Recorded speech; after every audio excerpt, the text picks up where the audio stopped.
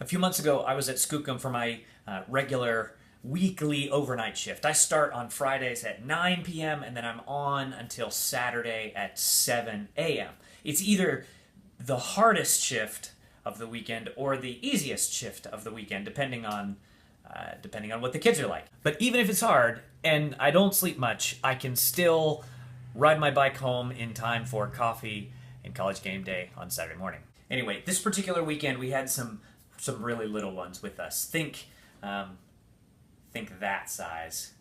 And so I was up a couple of times, rocking toddlers back to sleep because it's really hard for a toddler to sleep in a new place with all new people around. At about 6 in the morning, I heard one of the toddlers crying.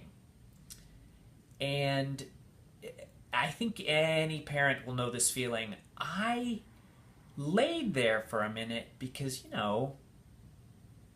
maybe. And then I heard footsteps, and I thought, oh, great. One of the other volunteers beat me to it. That's great news. I can stay here in my sleeping bag where it's warm. And then I heard "Rockabye Baby" in the treetop. And I realized that wasn't a volunteer's voice. That was her big brother. He'd been sleeping in the bedroom across the hall.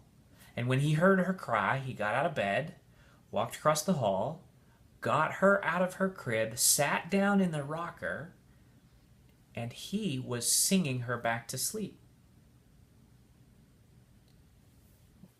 He's 10 years old.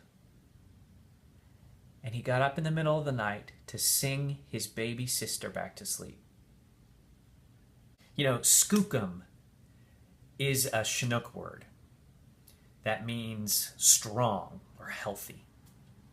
And we picked it because we thought it was a good description of the kids that we meet. They are some of the most capable, resilient people that you will ever encounter. And I want you to meet these kids. The next round of volunteer training is on the calendar, March 7 and March 12, hosted by City Bible Church North Sound up in Linden. On March 7th, we'll spend about an hour together just talking about what it's like to volunteer at Skookum and answering any questions that you have. On March 12th, that's a Saturday, we'll spend the whole day from 9 in the morning till 4 in the afternoon talking about how trauma impacts children and what we can do to care for them effectively. We'll take about an hour for lunch, which City Bible Church has generously offered to provide. Now, you need both dates, but if you can't for some reason, just get what you can, and we'll find a way to catch you up later. I really hope you can join us.